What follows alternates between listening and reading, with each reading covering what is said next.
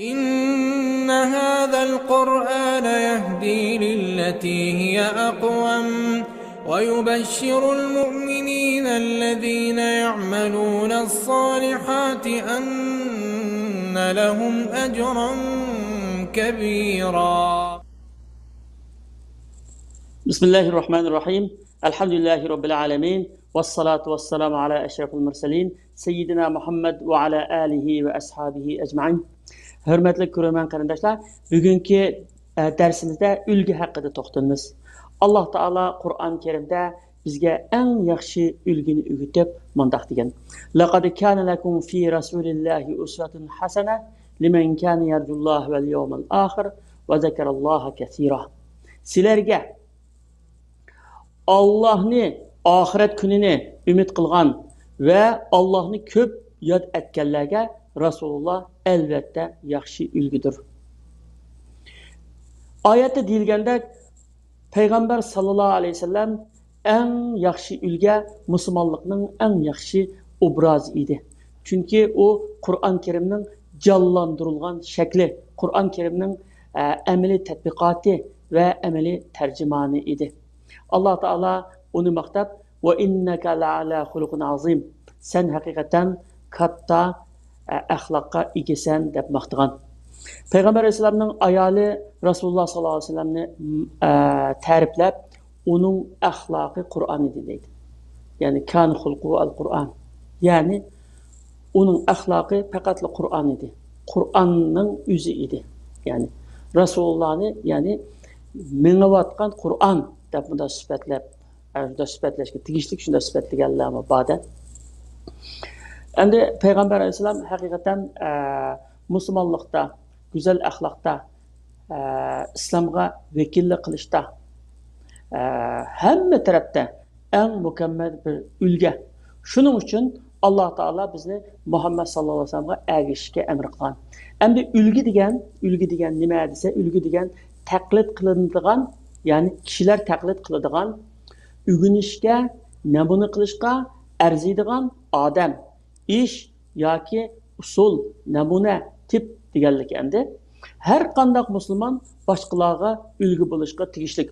Çünkü her bir Müslümanga buyurulgan kişilerini yaxshilik buyurup yomonlikdan man'i qilishdan iborat bu farz. Güzel ulge bilen ameli özününki ifadesini tapıdı.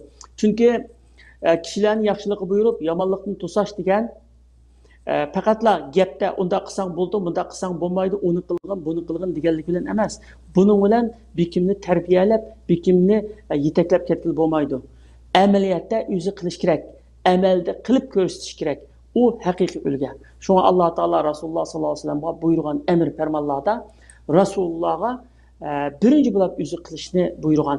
Va'mur ahlaka bis-salati wastabir alayha deydi. Masalan, namozga buyurgan vaqtida ailandakilarni namozga buyurgan ve üzerine onu ada kılışta çidamçan boğun. Yani buyurgan üzerine çidamçan boğun. Şunda köse kılgın şunda. Resulullah sallallahu aleyhi ve sellem ameliyatı Allah Teala diyen boyunca kılgan sallu kema ra'aytumuni usalli allimu min ta'allamu minni menasike haccikum diyen okşaş mesela namazını ben okuğandak okunla ve hecnin kaide tertiplerini ve hecnin erkanlarını, fərz, vacib, sünnetlerini menden ügünonla degen. Üzü qilib, köstüb ve menden ügünonla degen. Əməliyyatda şunda ölgü bolğan. Rasulullah'ın sahabeleri şunda ölgü bolğan. Rasulullah'ın sahabeleri qandaqla bir işni başqalarga tavsiya qilsa, avval onu özü qilib ko'rsatgan. Bir ishning xatoligini, harom ekanligini bildirib kishilarni onu to'ssa, avval o'zi undan to'silgan. Mesela bu terbiyeninki en akalli talebi. Muşu arkalık, muşundan emeliyatçılık arkalık bizden dinimiz nayeti kısa vakitte Arap yerim aralığa, yani 23 yılga yetmegen vakitte Arap yerim aralığa tarqıgan. Onundaki iki halifinin zamanında 3 kıtaya, Afrika, Asya, Avrupa qatarlıq 3 kıtaya nayeti tiz tarqıgan. Tarqaştaki sebeplerinin birinci sebep şu dinni davet kılgan sahabelerinin ve kinki tabiillerinin ameliyatçılığı ve onların güzel ahlakı, durustluqi shu kishilarni shu tarafdan ta'sirlantirgan. Masalan, biz Uyg'urlarning musulmon bo'lish qismimizga kelsakmi, Sutuq Bug'roxonniki, Abu Nasr Samanininki durustluqi va uningki go'zal axloqidan ta'sirlanib musulmon bo'lganligi bizning tariximizda bor. Shunga o'xshash Janubiy Osiyo tarafdagi xalqlarmi umuman musulmon karvonlarning, musulmon tijoratchilarning durustligidan, go'zal axloqidan ta'sirlanib musulmon bo'lgan hamda Yevropada shunday, Afrikada shunday hamda. Demak, o da'vat mushu shaklda birinchi o'zi tatbiq qilib ko'rsatish, amaliyatchanlik bilan, o'zining durustligi bilan, o'zining haqqoniyligi bilan kishilarning o'rnidan, qalbidan o'rin olib kishilarga ta'sir ko'rsatish yo'li bilan bo'lgan. Ammo vaz nasihat bilan bu ish amalga oshgan emas. Amaliyatchanlik bilan bo'lgan. Endi hozirgi bizningki musulmonlarningki umumiy ahvolini aytganda hamda bizning ahvolimiz tubdan o'zgarib ketganlik. Bizdagi islomningki haqiqiy javhari yo'q. Bizda faqat shu jihoz qolgan. Shunga bizda quruq gapdan boshqa narsa yo'q, amaliyatchanlik yo'q, bilmaydigan ish yo'q. Har qanday musulmon o'ginay desa, chiqib hozirgi sharoitimiz uchur davrda bu mushu uchur davrda binasini bilanmadim, o'ginamadim deyish hech qanday uzr yo'q. Hammadan biladi, o'ginay desa o'ginalaydi, ammo amal yo'q. Bilim ko'p, amal yo'q shu asrda. Hozirgi zamonda boshqalarningki musulmonlarning bir ta'sirini bu yaxshi odam ekan, bu musulmon bo'laydi deb musulmon bo'lgani intayin yo'q o'rnida.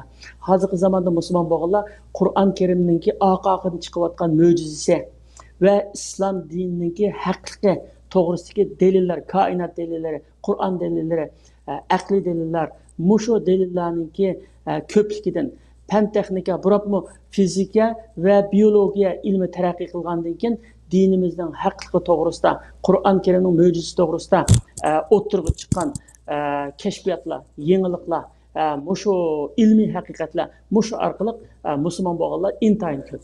Endi bunda dunyoda bunda bir ikki nima bor hozir. Başqa dindan, mesela Yahudi dindan musulmon bo'lganlar intayin ko'p, xristianlarning musulmon bo'lganlar ko'p, kommunistlarning musulmon bo'lganlar nayt ko'p, buddistlarning musulmon bo'lganlar ko'p. Bu musulmon bo'lganlarning ko'p sonligi ilm ahlilari. Mayli tabiiy fan bilan bo'lsin, qanday fan bilan bo'lsin, ilm fan bilan shug'ullangan ilm ahlilari koinotdagi Alloh taolaning qudratini bilib, Qur'on Karimning mo'jizasini tushunib bunda musulmon bo'lgan. Endi musulmonlarning ichidan boshqa dinlarga, bularni xristian diniga kirib ketganlar qanday bo'lgan desa, Sovet ittifoqi parchalangandan keyin kambag'alchilik, bechorchilikda kishilar 70 yil kommunizmninki tarbiyasida dinning nima ekanligini bilmagan. Shunda paytda xristianlik kelib, ularga yordam qilib, kasallarni davolab, ularga ayda pul berib, kiyim kiygizib, qo'shiq to'yg'izib, ayda qilib, hali kambag'alchilikdan kim beshini silasa shuning orqasidan kirib ketib, bunda musulmonlikni chiqarganlar bor. Bu musulmonlikni chiqarganlar ilm ahli emas hech qaysi. İlimde yok, dinde yok. Hiç qanday narsa bir ilmiy narsa yok. Fakat şu gangirashda turayotgan xalqlardan boshqa dinga kirib ketganlar bor. Ammo ilm ahlilaridan, mayli din ilm ahli bo'lsin va mayli fanniy sohadagi musulmonlarning ahlilari, olimlardan bo'lsin, boshqa dinga kirib ketganlar yo'q, degani yo'q endi asosan. Ammo boshqa dindagilardan kirganlar andaqalikda qo'shiqni baqamagan bechoralar emas, ilm ahllari. Bular Yevropadan, Amerikadan, Yaponiyadan fizika, biologiya ilmlari orqali Alloh taolaning qudratini tushunib, musulmon bo'lib ketgan. Natija. Bu yerda buni misol keltirishimizdagi maqsad hamda burungi zamonda islomning oltin davrlarida, sahobalarning davrlarida va tabiinlarning davrlarida islom 3 qit'aga hakimiyet sürgen vaqtlarda musulmon bo'lganlar musulmonlarning go'zal axloqidan, adolatidan, durustligidan ta'sirlanib musulmon bo'lgan. Endi hozirgi zamonda, ya'ni ta qiyomatgacha musulmon bo'ladi endi kishilarcha. Bu din endi Rasululloh sollallohu alayhi vasallamning bir hadisi var. Bu din kun chiqib patgan yerning hamma yerga bordi deb, ya'ni dunyoning hamma yerga bordi hamma yerga. Demak, bu qanday taqilyotyapti, keyingi hozirgi zamonda qanday taqilyotyapti, u musulmonlarning axloqidan emas, musulmonlarning durustligidan emas, musulmonlarning ahvolidan emas, faqat Qur'on Karimninki haqiqatan dinimizning haqiqatan ta'sirlanib musulmon bo'lyapti. Mushuni demoqchiman. Qur'on Karimni va bizning dinimizni Alloh taolo o'zi saqlab kelyapti va o'zi saqlaydi. Inna nahnu nazzalna zikra va inna lahu lahafizun. Qur'onni biz nozil qildik va uni biz chuqur qo'g'daymiz. Qur'on qo'g'dalgan ekan, islom dinimiz qo'g'dildi. Endi bu yerda shu ulguninki muhimligi kilitda bu Rasulullahning zamonidan tortib islomninki oltin chog'larda kishilar musulmonlarninki go'zal axloqidan durustligidan ta'sirlanib musulmon bo'lgan. Asli ishning yo'li mushu.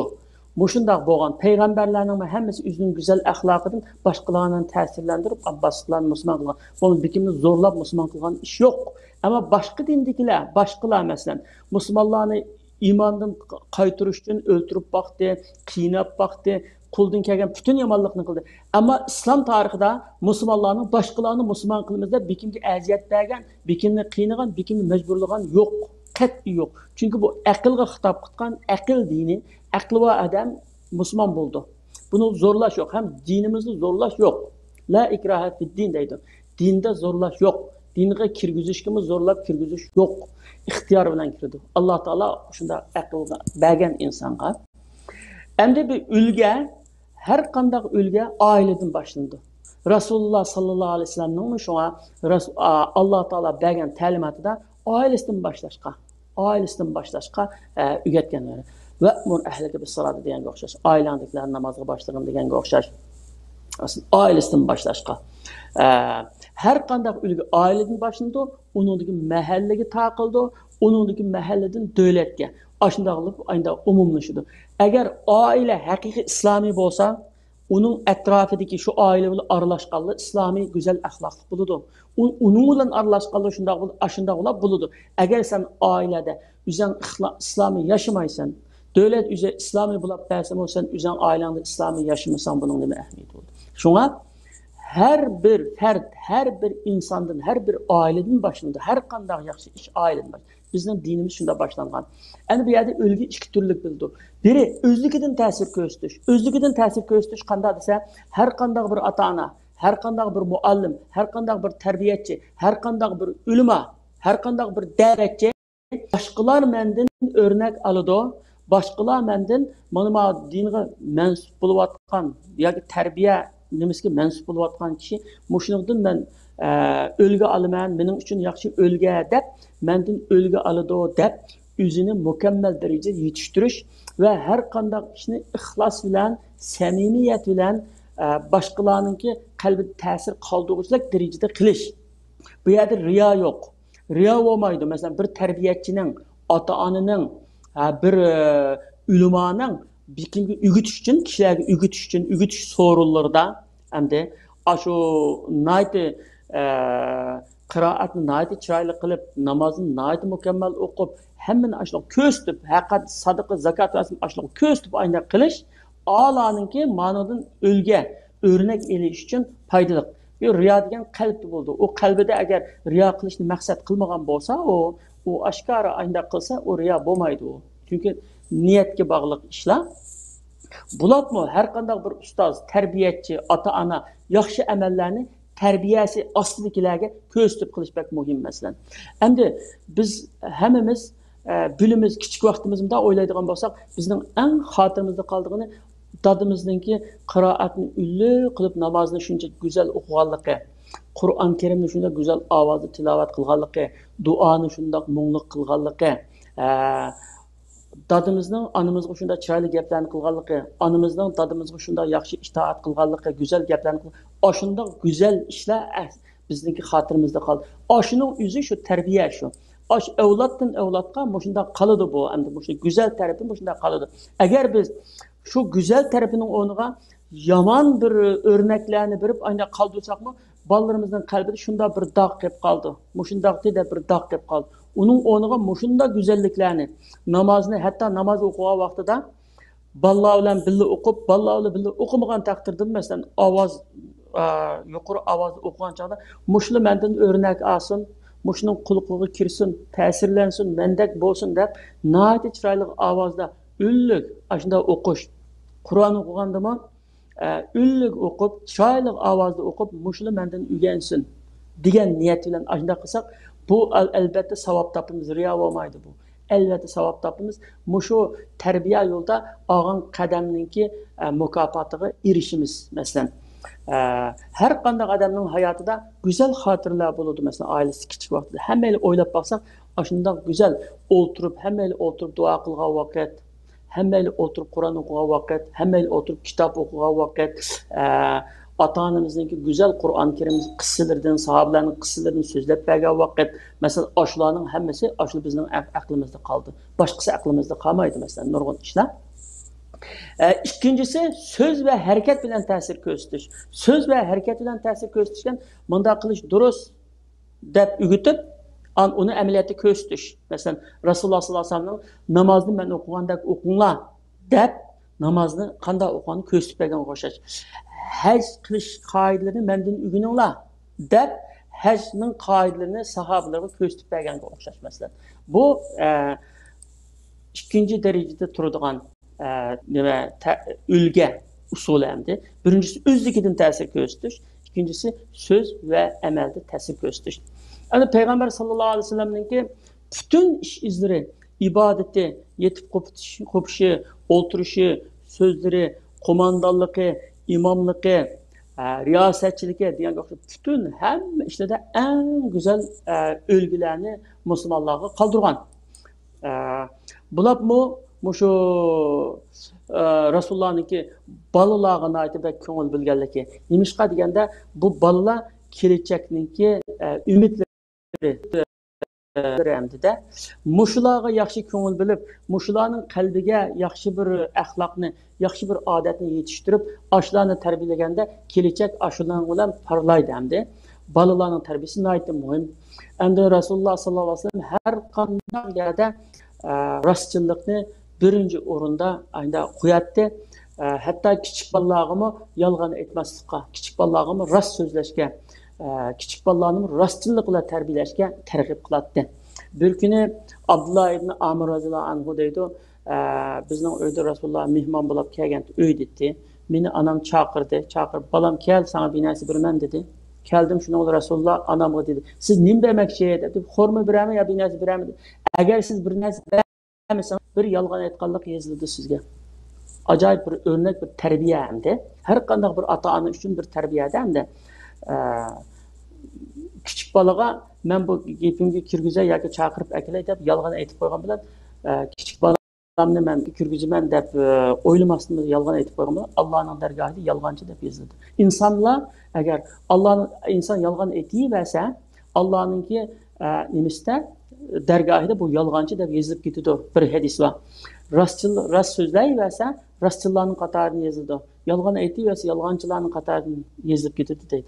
Mushunda da kichik balag'ama yalgan aytmaslik kerak demoqchi hamda. İkincisi ballar o'tirisida adolatli bo'lish. Endi mesela ballarninki mijozi o'xshash bo'lmaydi. Ba'zi ballar ota-onasiga aytib kuyimchan, ota-onasiga itoatchan bo'ladi. Ba'zi ballar bo'yon to'g'roq keladi. Ota-onasi ancha hurmatlamaydigan kelib qolishi mumkin. Mesela bu sebepten hamda birisiga mundaroq, birisiga bunday muomala qilishga bo'lmaydi hamda. Adolatli bo'lish kerak. Bu to'g'rida ko'p hadislar bor mesela. Bir adam Rasululloh sollallohu alayhi vasallamning oldiga kelib, men ma balamga bir xizmatchimni berdim. Siz şunun guva basla deb kelgandan başqa ballarning ba'dingmi desa, yo'q deganda sen qaytirib ol buni degan. Yana bir hadisda men anda gunohga guvoh bo'lmayman deganimdi. Yana bir hadisda bir adam o'ltirsa bir o'g'il bolasi ketgan, uni suyab qolib, endi o'ltirgan, qiz bolasi ketgan, so'ymayli o'ltirgan, nimishqa meni so'ymaysa? Bu sening balang'o Allah adalet kılmağanlarını yaxşı görmeydi o da bunu terbiye berganligi to'g'risidagi hadis hamda. Undan keyin ballarga nati bek mehribonlik, kuyimchanlikni ko'rsatish kerakda. Demak, mayli muallim bo'lsin, ota-ona bo'lsin, ustoz bo'lsin, ulamo bo'lsin, da'vatchi bo'lsin, qanday bir odam bo'lsin, chiqib insonlar, butun insonlar shunday qilish kerak. Bular bolalarga intayin mehribonlikni ko'rsatish kerak. Mehribonlikni ko'rsatish orqali uning qalbini egilgili bo'ldi. Qalbini egillaganidan keyin u qalbiga biz nima tersak, shuni ko'klatgili bo'ldi. Etisga o'xshashdan deb. Rasululloh sollallohu alayhi vasallamningki bir hadisda Rasululloh xutba o'qiyotsa, navrilardan Imom Hasan yo Imom Husayndan birisi kelyapti, masjidga keldi. Kelgandan keyin ash minbardan tushib, bolasini quchoqlab, mana nima qildi deydi-da. Musho balamni nayt yaxshi navrisni nayt yaxshi ko'rganligimdan men xutbani to'xtatib qolib, buni shu so'ydim deb ashda deydi endi. Balalarga ashundoq mehribonlik qilish orqali Rasululloh sollallohu alayhi vasallam boshqalarga burada örnek berganda shunday qilish kerak deb masalan. Masalan bir odam kelib Rasululloh navrisini peshonasiga suyab nima qilyapsa, bir odam kelib, "Meni 10 balam bor, birini suyab boqmadim hozir" degandan keyin, "Endi sening qalbingni Alloh shunda tashday qilayotgan bo'lsa, mening qo'limda nima keldi?" Yerdagilarga rahim qilmaganlarga nima osmondagi zot rahim qilmaydi degan nimada ma'noda bir hadisni o'qiganda rahim shafqatdimi shunda o'rnaklarni bergan. Onun için ballarning talablarini o'rindash endi. Masalan, go'zal o'rnak bo'lish uchun ballarning bu talablariniki o'rinliq talablarini o'rindash. Bir kuni Rasululloh sollallohu alayhi vasallam sajdada turibsa, Imom Husayn kichik endi kelib o'shnisiga chiqib oladi. Chiqib olgandan keyin bu sajdani Rasululloh bak uzun qiladi. Uzun qilib sajdani turib namozni o'qib bo'lgandan keyin deydimde bu balam o'shnamga minib olganda o'yinni buzatmay deb shuni uzunroq qildim deydi. Masalan, demak, mushunchilik hamda o Alloh taologa ibodat qilish shu bir ibodat ustida. Ma'ning bir ko'ngilni kichik bir sabining oppoq qalbini tutish, buni yaxshilik tarafga cho'rish, bu bir ibodat hamda. Bu oddiy ish emas hamda, ko'ngilni qazanib uni yaxshi yo'lga selish hamda. Onun için ballar bilen endi hatta ata-ana bizning vatanda bunda bir gap bor, hayvatini saqlab qolish kerak. Ata-ana hayvatni saqlab qolish nima hayvat endi u? Ata-ana bola bilan hem do'st, hem sirdosh, hem ata-ana, hem muallim, hem yo'l ko'rsatuvchi bo'lish kerak aslan. Aramızda bunda fasıl qo'ymaslik kerak-da. Bolalarımızın ko'ngli kelganini bizga deyolmaydigan. Ya bizden bek bir mundaqlik ko'ngildagini deyolmay anda bo'lgandan keyin shuni o'qana qildi ko'chadagi boshqalar bilan ichki sirlarini shular bilan paylaşib o'rtoqlashishdan biz uni o'rtoqlasha oladigan qilish kerak bolalarcha bizniki o'zimizda bunday bir surlik bir hayvani bir pardani qilib olmasdan biz o'rtoqlasha oladigan masalan bir kuni Rasululloh sollallohu alayhi vasallam ning üstündeki nevrilerden biri minib olgan. Bunda at bo'lib, bunda o'ynab nima qilganda, sizlarning tuganlar nima degan yaxshi tuga va sizlar nima degan yaxshi minguvchilar deb ashunda deb kuldirib nevrilarni ashunda qilganda bir Rasululloh, ya'ni davlatning raisi, endi hozirgi zamonning nimasidan desak, jangchilarning qo'mondoni, masjidning imomi, Allah'ın peygamberi, yol başlıqçı, şunca işi var, şunca köp meşguliyeti var. Şundaq bir zat kişilerge bunda sürlük bunda körenmeydi de. Her qanday kichik balalarning do'sti, kambag'allarning sirdoshi, talib ilmlarning ustozi, mesjiddagi kishilarning imomi, ya'ni mushundaq o'zining nihoyat kamtarligi, go'zal axloqi Aşının bilan kishilarniki hamma kishiniki qalbini shunda qozongan. Endi Rasululloh bilan kurashgan har qanday bir odam Rasululloh hammadan meni bak yaxshi ko'rdi deb qoldi ekan. Shunda har qanday bir odamga noyati bak ko'ngil bilib, masalan kurashgandami, aşı qarshi taraf qulni qo'yib bermaguncha qulni qo'yib bermay siqimdab anda turutgan. Mushunda tulib tashqan mehribonlik bilan, aşı amaliyat so'zlari bilan, harakati bilan mushuni izhor qilib, mushunda kurashidi ekan. Anda bo'lganki shu chaqda har qanday bir kurashgan odam Rasululloh hammadan meni bak yaxshi ko'rdi deb ayda o'ylab qoldi ekan.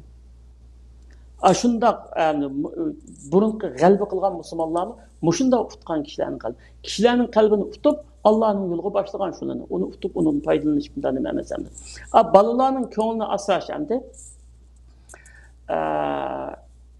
Rasululloh sallallohu alayhi vasallam bu haqda ko'p hadislar bor masalan.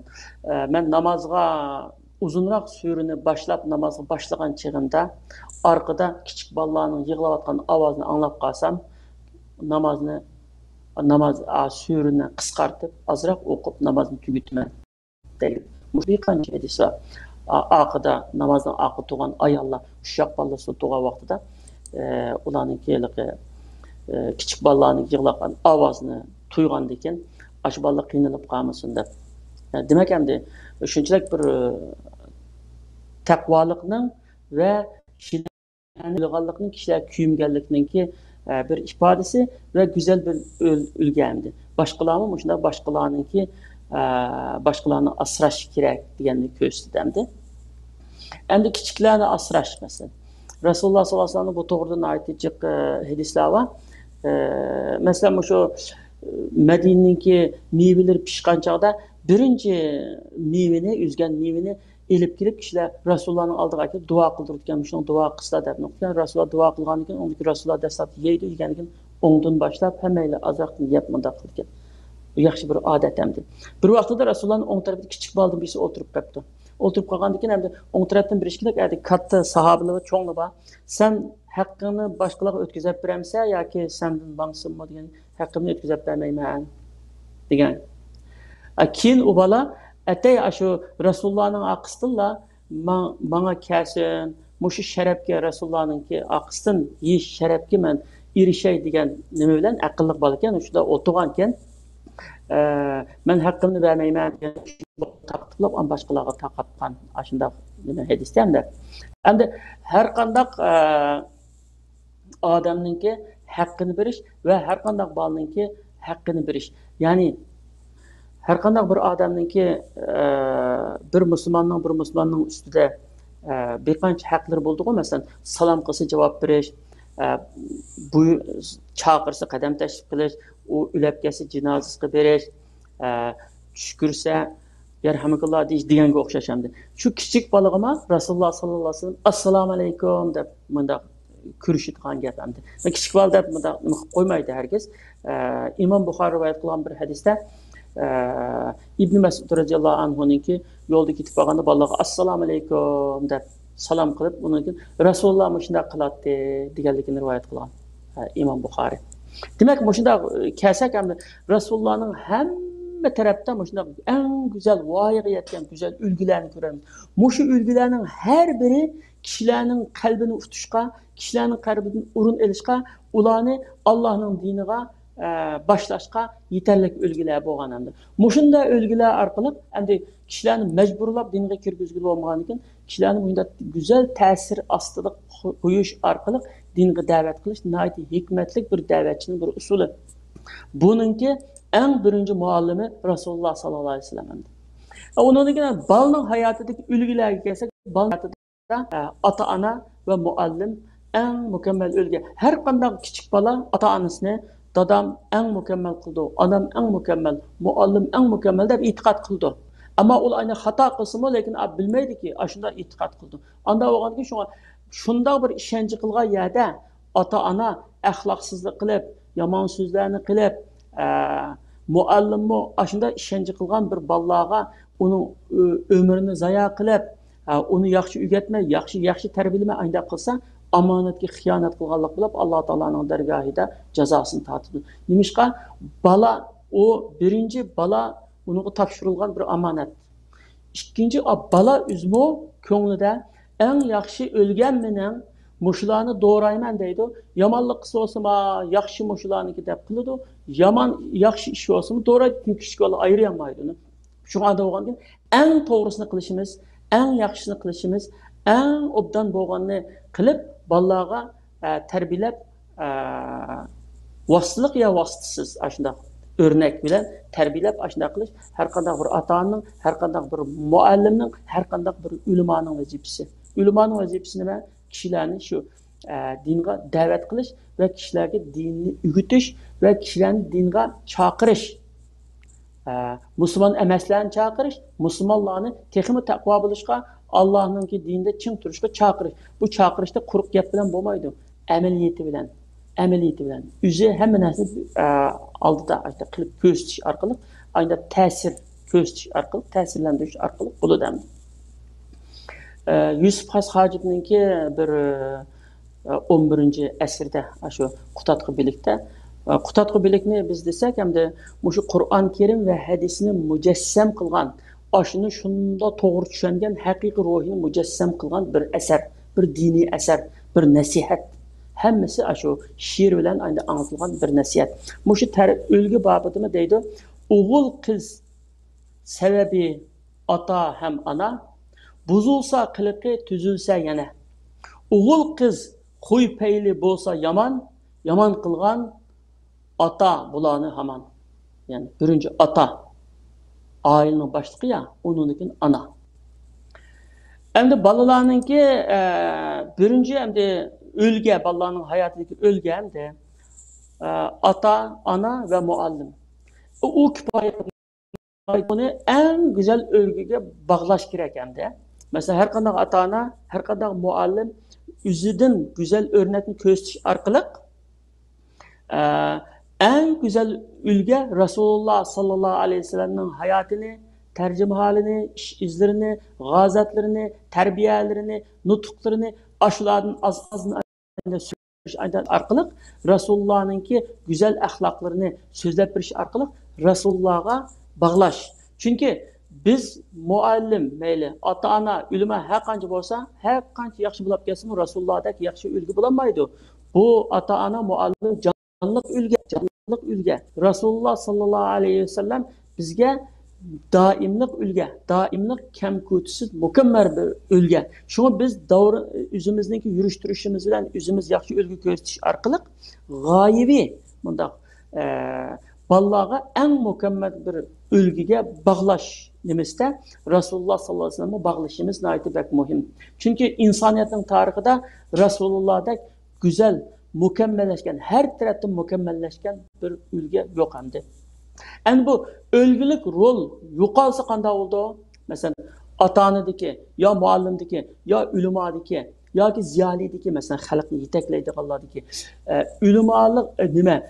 Bu ölgülük rol yuqalgan vaqtda haqiqiy krizis shu chaqda boshlangan bo'ldi.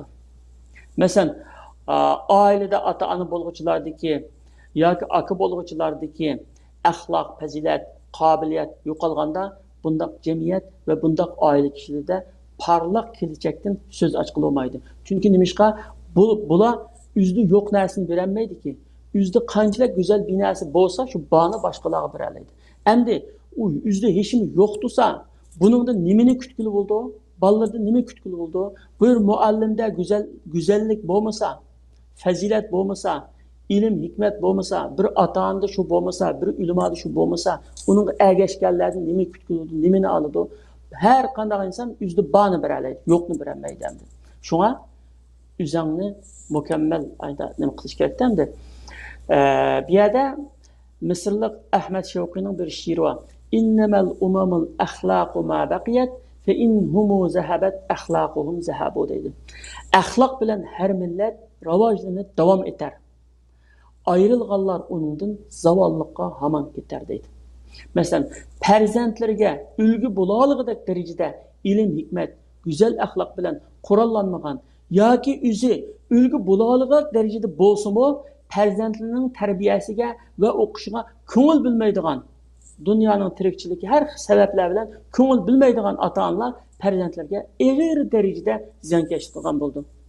Chunki ota-onasining tarbiyasi bilan çoğun bolmagan yoki ata-onasidan ulgu almagan balalar ko'cha tarbiyasi bilan o'sidi. Ko'cha tarbiyasi bilan o'sidi, o'zlariga jamiyat tashqallarini, lukchaklarini, san'atchi, kino cho'lponlarini, futbol mahirlarini ulgu qildi o chaqda. Chunki biz güzel ulguni biz ko'rsatib bermaganda u nimani ulgu qildi? Biz buni nayt jiq anglagan masalan balalardan, masalan kichik balalardan shunday futbol mahirlerinin isimlerini dep berende şunda dep berdi. Nurgun insanlar o Nakşiçi Çolpanlarının isimlerini dep berende şunda dep berdi. Ama ulemalarning, sahabalarning ki hatta Resulullah'ın qancha balası var, qancha qiz, qancha o'g'li var desa deb bermaydi nurg'un odam. O'ylab boqaylamdi. Bizning ulgi nega ketdi? Ulgulik rol nega ketdi endi? Har qanday bir ota-ona, har qanday bir muallim, har qanday bir ulama o'ylab beqish kerak masalan. İnsanlar nerede yürüyapti, nima ish qilyapti masalan. Biz bolalardan so'rab boqaylik masalan, shu normaldagi ko'chadagi bolalardan masalan. Nurg'un bolalar mushundaq çambaşçılarınki futbol mahirlerine, kino artistlerine mesela Ertuğrul'a okşaş mesela kino artistlerine, nurgullarını ya da dep bereleydi. Ama Resulullah'ın sahabelerini sorsa, Resulullah'ın perzent mesela bizdeki yüzümüzden Uygurlarının işini çıkan milletki tesir gösterken tarihini ulemalarımız, alimlerimiz sorsa, hatta Yusuf Has Hacip, Mehmet Kaşgari, Edep Ahmet Yükneki, Abdülkadir Damallam qatarlıqlarını sorsa mesela nurgullar cevap veremeydi mesela. Muşu işlerine bek dikkat qilish kerak endi. Biz çokum en güzel ülgüge ballarımızı bağlışımız gerek. Bizden eliş gerek ülgünü. Bizden eliş gerek.